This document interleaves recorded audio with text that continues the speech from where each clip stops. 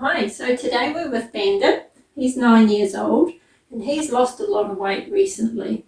Now he normally would be about 5.5 kilos. We saw him a couple of months ago and he was just doing the odd little vomit and just not quite himself. So then we ran a lot of bloods and checked out the obvious things and it come back pretty normal. So we popped him on some antibiotics and he seemed to settle quite well. Now just recently he's really lost a lot of weight. He is now 3.7 kilos, so he's lost over a kilo in a month. Now that's quite dramatic, and there has to be a reason for that. We checked out all the obvious things like kidney disease. Hypothyroid is a really common one as well, so have a look at Arthur's video.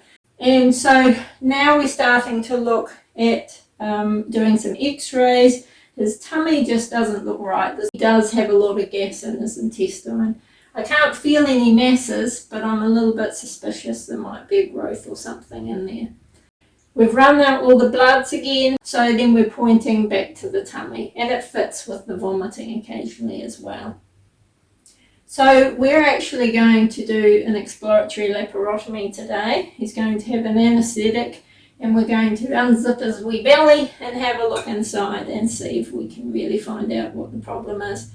Since we're in there, of course, then we can either take samples, or even if there is a mass, we might have to even try and remove it and join the intestines back together again. So at least if you go in and have an exploratory laparotomy, you can actually see what's going on, and while you're there you can try and do something about it.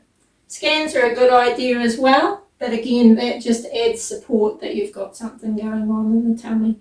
So we're going to go in today and see what we find. But certainly my point here is if you've got a cat that's losing weight, especially middle to older cats, get them checked out, get some bloods run. It could be something simple like hypothyroidism, but if it's ongoing, then it might be something a wee bit more sinister. So certainly you could even weigh them at home. Get your scales out, pop your cat on them, do it every month or even every 2 weeks if you're worried, and just monitor, and then that's more information for the vet to go on as well.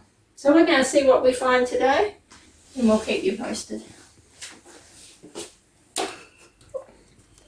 So we're 36 hours on from Bandit's surgery and he's doing really well. In fact, he's frantic for food now. You can see he's eating really well. He's holding it down. He in fact actually had an intestinal cancer that had caused a stricture, and that was why all the fluid was building up in front of the stricture. So we've removed that and done what they call an end-to-end anastomosis. It was a little bit tricky because the two ends were actually a different size, but there's a few different techniques for correcting that, and we're really happy with the surgery. Yesterday we slowly started giving him some food, and as you can see today he's eating really well and very perky, and even his coat's starting to look a little bit shinier too. Maybe we can get him home. His abdomen's really relaxed and that's feeling really good. It's just a matter of time now. There's still a wee risk of some complications happening, but we're going to keep monitoring him. So he's eating really well. It's just a matter now of trying to get a poo coming through, and then we'll be happy that bowel's all working pretty well. So we're back with Bandit. He's doing really well. It's been 4 days since his surgery. A couple of days later he did a lovely big poo, which meant poo was coming through it, and I actually could feel it in his abdomen anyway forming, so that was great. And he's just eating like a trooper. His weight before surgery was 3.46 and now he's 3.63, so that's 150 grams he's put on in 2 days, and that's doing really well. He's full of energy, no stopping him now. Come back here.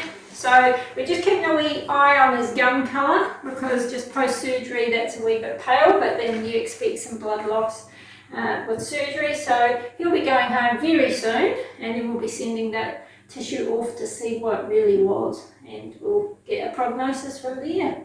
Well done, Bandit. So we're back with Bandit and he's having his stitches out. It's been 12 days since we did surgery on him. It did in fact come back as an intestinal adenocarcinoma. So that is quite a nasty one. Sounds like we've got all of it, each end that we removed, but it had extended to the surface, the serosal surface. So Bandit's doing really well at home. He's eating like a horse. You can actually see he's put on quite a bit of weight. We've weighed him, he's 4.22 today, so that's actually over half a kilo in a couple of weeks just since he's had his surgery.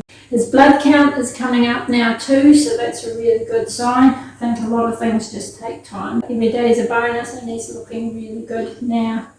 So that's a happy story for Bandit.